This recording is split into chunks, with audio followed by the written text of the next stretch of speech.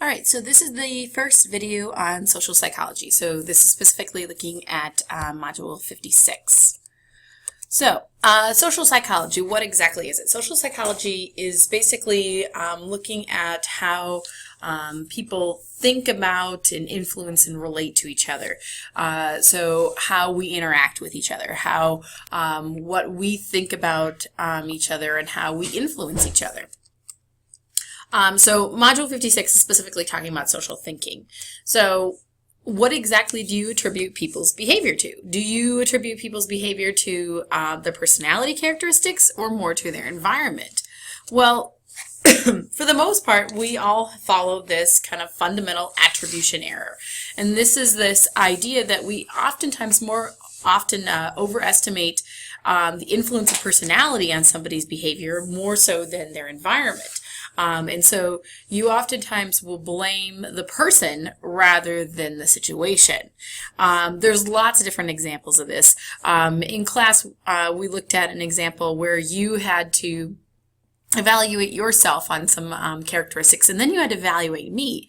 And some people recognized and said, well, we don't know you very well. We only know you in one scenario, in one setting, which is true. But, you know, a lot of times people try to judge other individuals based off from that one situation that they know them from. I'll give you for instance. This woman, her name is Jill Carroll. She was a journalist that was stationed in Afghanistan, and she was captured by, unfortunately, a terrorist group. And during her capture, they were actually trying to ransom her. And so they were trying to get somebody to pay her ransom. And in the meantime, they made her go on Al Jazeera TV and basically denounce all Western society and basically saying that she totally agreed with her terrorist organization that was had her held captive and all this and everything. And after she was released successfully without major physical damage to her, people were very critical of her and said, well, how could you have done that? How could you have gone on television and basically denounce all of the things that you believe? You know, how could you possibly do that? Well, people thought of it as more of a character flaw of hers rather than, hello, situation was being held by terrorists and they told me if I didn't, they were going to kill me. So that was one example of fundamental attribution error. Another example, this young man, there's many cases like this. Sean Hornbeck, he was a child that went missing. He was actually abducted, unfortunately, by a pedophile.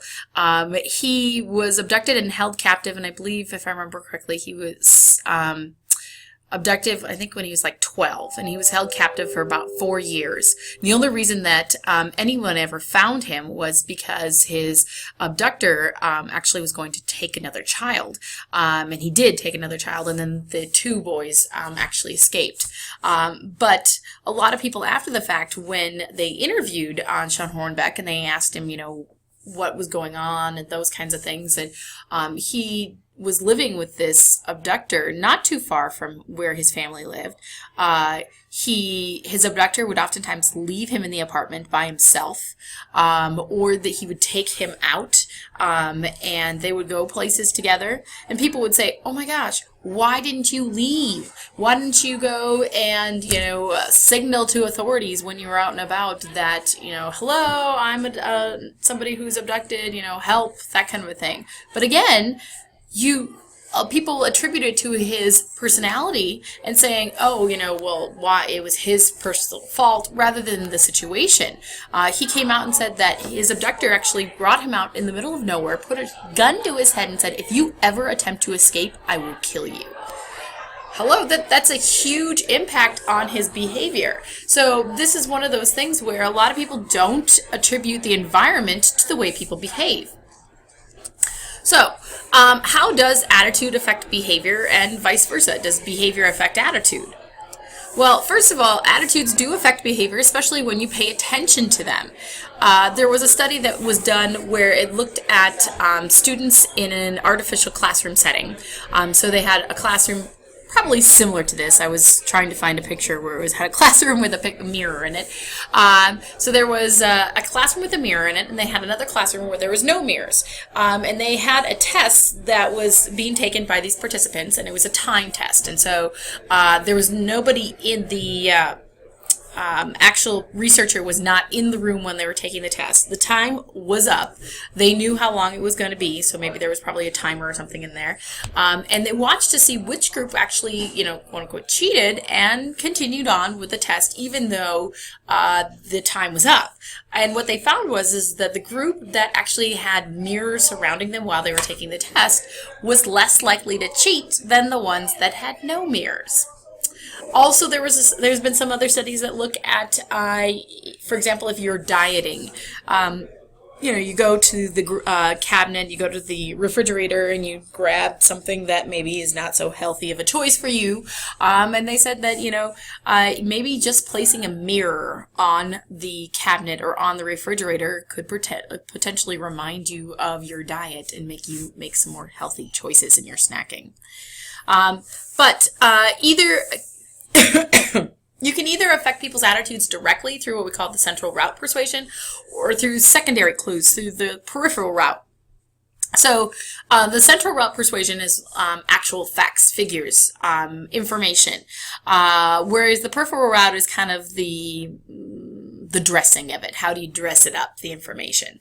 So the central route persuasion, let's look at an example. A hotbed topic and issue right now is vaccinating children. There are some people that are very, very much against vaccinating children for a variety of reasons, some of which being that they think that it's going to cause their child to develop autism. Which, by the way, there's no actual proof to that. But let's say that we want to convince somebody that that vaccinating your child is a good idea. So one thing we could do is we could present them with, obviously, a bunch of information. So I grabbed this chart, and it was looking at how much each disease has been decreased in the United States since we have introduced vaccinations for these particular diseases. So, for example, diphtheria has decreased by 100%. Hepatitis A has decreased by 91%. Mumps has been decreased by 99%, and so on and so on. So that would be a central route to persuasion. We'd actually use facts and figures and information to convince them that vaccination is a good idea. The peripheral route is more like if we had Sarah Michelle Gellar go around and telling everybody vaccination is a good idea. She supports vaccination, which she does, by the way. I did do my research on that. But then people would only, for example, vaccinate their child because of this particular celebrity that they like, or, they seem to know what they are talking about, so, oh yeah, I'm gonna go along with them. This also happens to you guys when we do assemblies, and they have assembly about, particular topics. For example, maybe being more faith-oriented. And rather than basing your decision on and your attitude on what they have to say, you're more like, oh, he was a really good speaker, or I really liked her clothes, or whatever. Or vice versa, or, I don't like their position because of the way they looked, or whatever. That's that peripheral route where it's not really about the information, it's more about how you dress it up. Okay, so if attitude is going to affect behavior, so if you change your attitude, it can change your behavior. So if we change people's attitudes about vaccinations, it could change them to potentially vaccinate their children.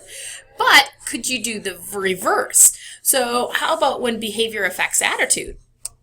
Well, we have what we call the foot in the door phenomenon. And the foot in the door phenomenon is this idea where they get you to agree to something small, and then as a result, you're more likely to agree to larger things down the road.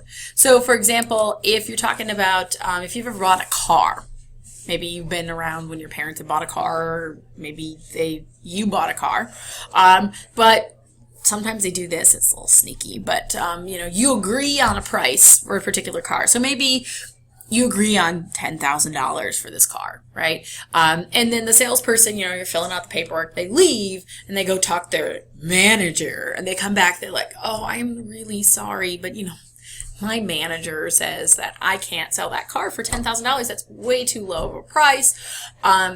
I'm sorry, but we're gonna have to up that price to 11,000. Are you okay with that?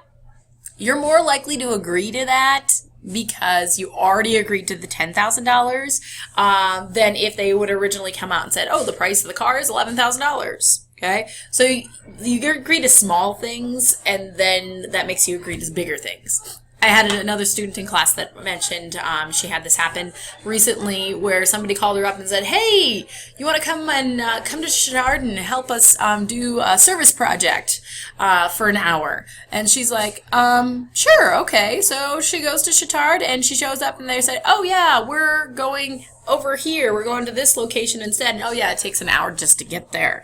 But since she's already there, you got your foot in the door, so she's much more likely to go, rather than if they told her that from the beginning. Sometimes behavior affects your attitude when you adopt a new role and you quote-unquote fake it till you make it. If you've ever had, for example, a manager position, so this is a manager of a Pizza Hut, and oftentimes, when you first get that manager job, you get freaked out, you're just like, oh my gosh, I don't know how to be a manager, what am I supposed to do? And so you kind of fake it, okay, till you figure it out. Well, once you're faking it and taking on that role, you're much more likely to actually develop the behaviors of a manager. So you fake it till you make it, and eventually your behavior, because you're behaving like you think a manager should behave, it'll change your attitude and how you actually will behave. Now, famous example of this is the Stanford prison experiment. And I'm not going to show the video in this video, but I will leave the link underneath this. But basically, the Stanford prisoner experiment is a very famous experiment done by Zimbardo, and you should know his name.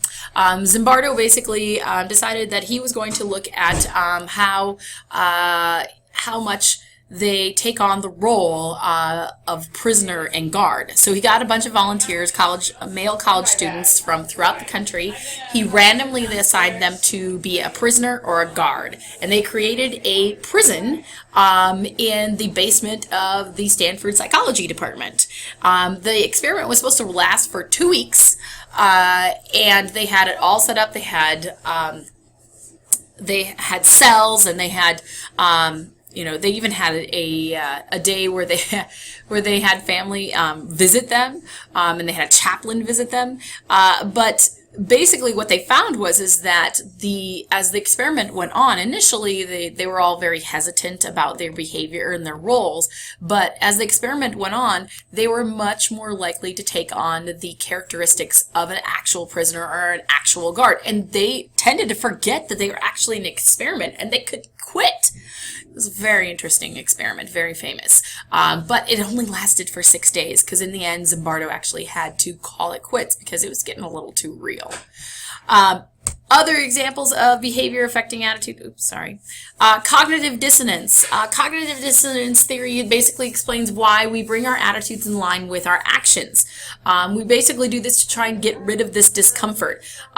So I have a couple of examples for you. So this one says, this is Dilbert, and it says, why should I hire you as my consultant? The dog says, I'll use my special process of cognitive dissonance to improve employee morale. How does it work? When people are in an absurd situation, their minds rationalize it by inventing a comfortable illusion. Okay, go for it.